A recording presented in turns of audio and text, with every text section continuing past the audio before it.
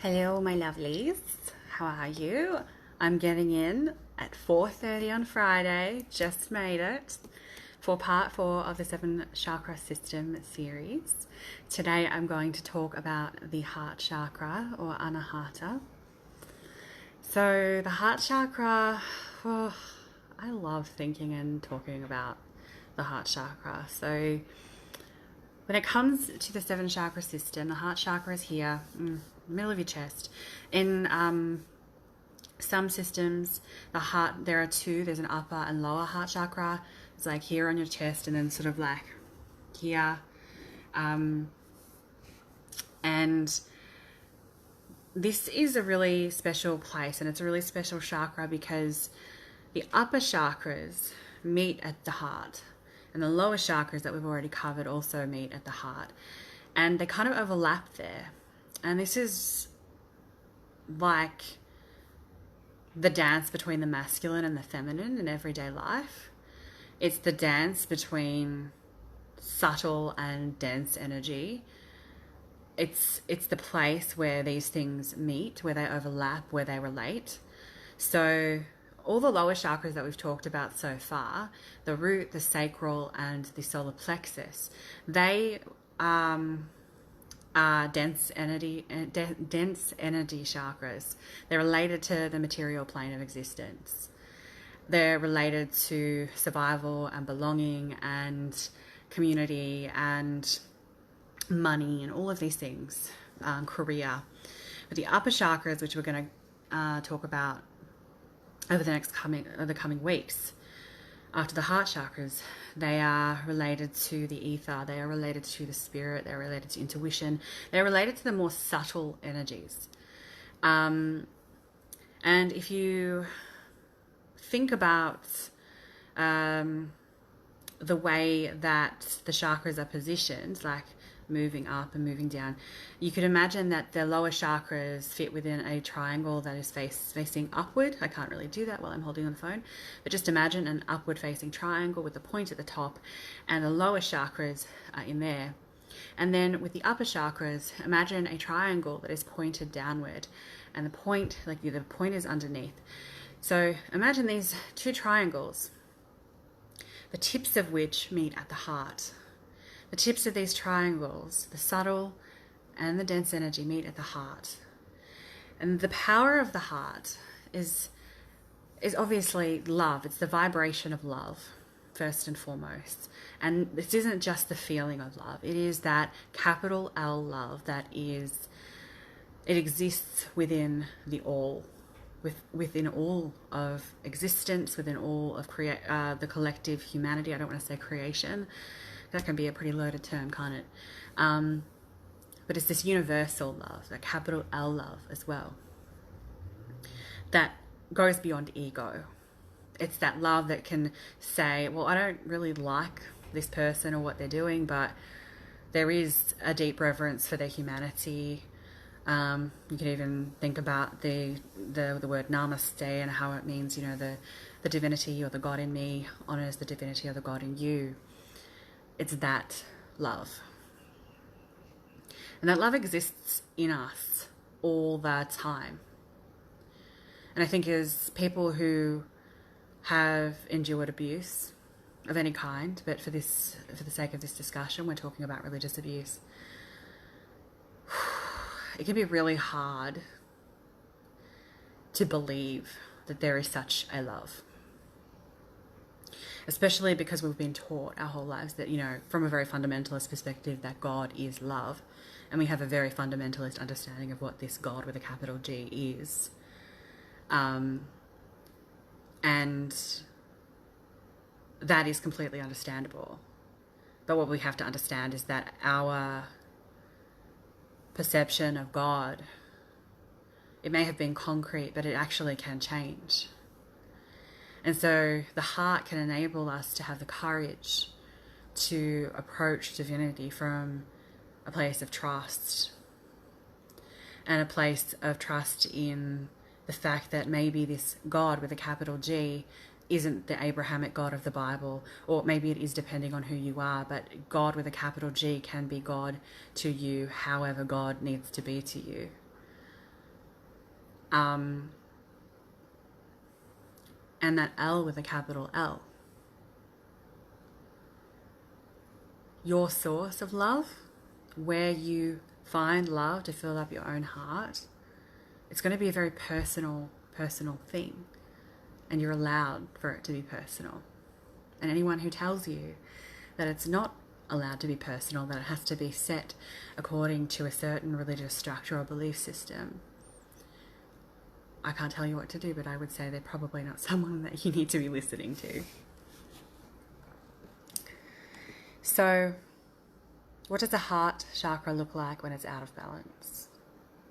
Codependency is a really big one. And it ties in very strongly with the solar plexus chakra too, because the solar plexus is very much about boundaries, you know. The heart, again, just like with the solar plexus last week, it can actually be a source of hate. Not in its essence and at its core, but when it combines with the energy of the solar plexus chakra that can get very, very angry, that anger mixed with a heart that has been very, very hurt can become hateful. So that can be a way you can tell that your heart chakra may be out of balance. What does the heart chakra look like when it's in balance? The heart chakra in balance is trusting, it's receptive, it's brave, it wants to connect with others, and it understands that no man is an island, but that while we need to self-source love, we also cannot experience love in a vacuum. It's about interdependence and understanding that we need each other, but we also need ourselves. It's very balanced. A balanced heart chakra is a heart that has become resilient because it has been willing to explore the depths of trauma, be with pain, explore and heal inner child wounds. It can look like having to revisit trauma related to your parents and then actually going deep enough to resolve some issues within yourself. You may not be able to resolve them with your parents, but there comes a point in our lives as adults where we need to actually learn to mother and father ourselves, redefine what the mother and the father are to us so that we can be that to ourselves. And we need to do that from a place of love, of pure love. Ways that you can bring balance to the heart chakra, especially in terms of reparenting yourself, is to use archetypes. You know, I did a lot of work with like Odin for a while. You don't have to necessarily believe in a god or a character, whatever you want to use as a psychological tool. I didn't believe in Odin as an actual deity, but he was great as a tool, you know, to try and heal and to actually heal some of my father wounds, because I haven't had a relationship with my dad for a very, very long time. There was a lot of abuse there. So being able to use my imagination to have dialogue with this this deity in my mind who symbolized fatherhood to me and safety and protection was very empowering. Mother figures that I have used as archetypes are Yemoja from the Aruba tradition, Ifa. But I would say more than anything, Mother Mary from the Catholic tradition has been an archetype that really has been very powerful for me to work with. And that's not going to be right for everyone. It could potentially be quite triggering for people coming from an ex-evangelical background. It's just about finding what works for you. You don't have to be, you don't even have to draw from religion. You can draw from pop culture. One of the archetypes that I like to work with also is Akasha from Queen of the Damned, who was played by Aaliyah. And she has a very Egyptian goddess Sekhmet energy to her, very strong about boundaries and, you know, knowing what she wants and then going for it. So you can take archetypes from anything as long as they relate to you and you feel that they can be used as a tool. It's about the intent, and that is what will make it a transformative experience. So the power of the heart chakra is that it's like a cauldron. It transmutes energy. It transmutes the energy of the lower chakras into more subtle energy so that they can be that energy can be processed through the subtle energy of the upper chakras, and vice versa. It's a really alchemical space. Our heart is how we connect to the world. Our heart is how we relate to what it means to be in the world as part of a human ecosystem, as part of a broader ecosystem that includes animals and nature, planets, that sort of thing. And some journaling questions for the heart chakra to help you to get some insight into where you may need some balance.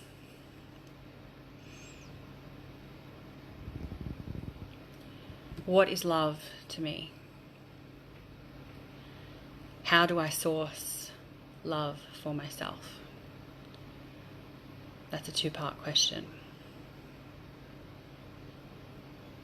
And the other question is my heart open? Am I receptive to love? Do I like to give love and receive love? These are some other questions for you. I hope you have a great weekend, guys. And I hope this video was helpful for you. Next week, I will be bringing you a video on the throat chakra. Take care, guys.